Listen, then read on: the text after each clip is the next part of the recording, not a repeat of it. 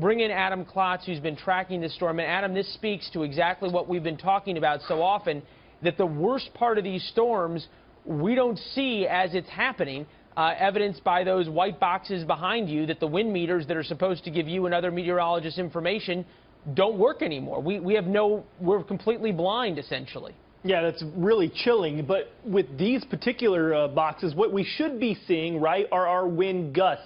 I've been here since 7 o'clock here yesterday, 7 p.m., and we were watching this storm move closer. Farther away, you can see some of them. Wind gusts briefly were up to 70 miles an hour, maybe up to 80 miles an hour. But as this storm moved across this area, we got up to 80 miles, 90 miles an hour, and we saw those numbers, and then they started dropping off one by one because these winds getting up to 130 miles an hour, gusting up to 160 miles an hour. These are sites, some of them buoys, some of them on land from the National Weather Service, and these winds strong enough to absolutely take them out. The data is then sent, and we're able to gather that data, but now none of these sending data. So really anywhere where the heart of this is going, Leland, Jackie, these are areas where, yeah, it's taking down communications for us, and obviously with the story you're saying, it's taking down communications for a lot of folks just trying to survive and take care of each other in those areas as well. Adam, you talked about, and maybe you studied this in meteorology school, but how highly fortified are these weather installations? They've got to know hurricanes come to these areas. They've got to know that getting wind gust readings are important. What are they fortified to? Is it 100 miles an hour? Is it 130 miles an hour? At what point do you sort of know that they've broken?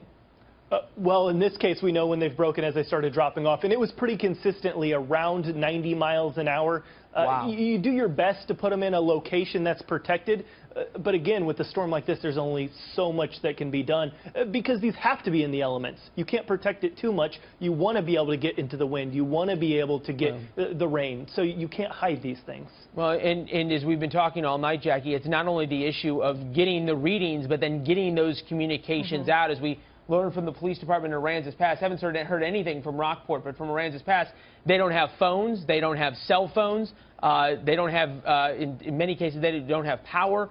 It is very difficult, especially in the middle of the night, for folks who have decided to ride this storm out, and then for the folks who are police officers and firefighters who are charged with protecting the rest of the people who decided to stick around. Well, you know what, Leland? We've been trying to get a hold of the police chief there in Aransas all night long, and now this makes sense after seeing their Facebook post saying there'll be no further communications till they're able to get everything back up and running. Well, that makes all good sense now. We're wondering why we couldn't get a hold of him. We also couldn't get a hold of the mayor in Rockport.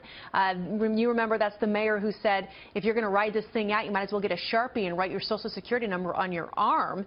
Something very chilling. Well, he was going to do a phoner with us. We can't get a hold of him, so we can't get a hold of a lot of people that we're trying to get this information out of some of these local towns and cities, and that's why you're not seeing the most devastating photos yet, because we can't get them. No, we can't get them, and we don't know if the folks who are there are safe.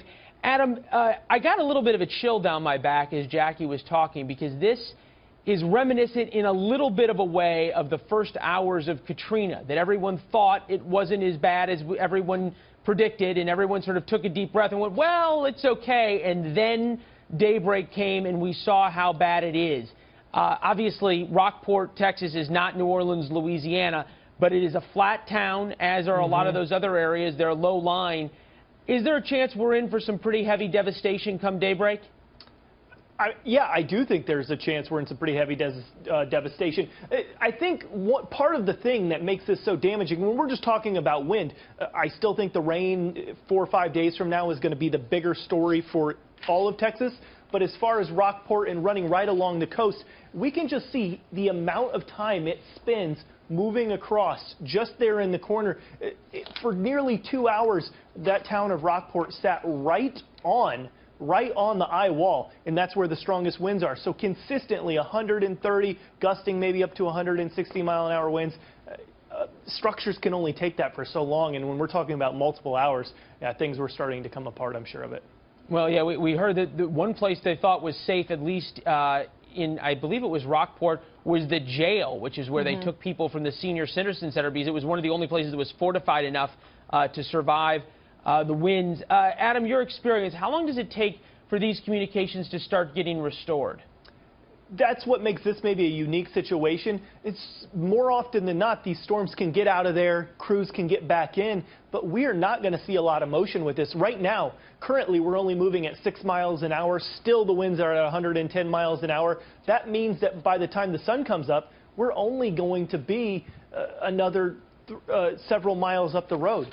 So at this rate, it's gonna take a little while, because obviously folks aren't going to go out in this and start putting things back together. Right, Adam, we thank you as the power continues to go out around Texas. And Jackie, it brings up an important point that we got from the former assistant to the head of FEMA, that they have all of these resources staged north and west of where this storm is. Power trucks to come in, fuel trucks to come in, bulldozers to move things.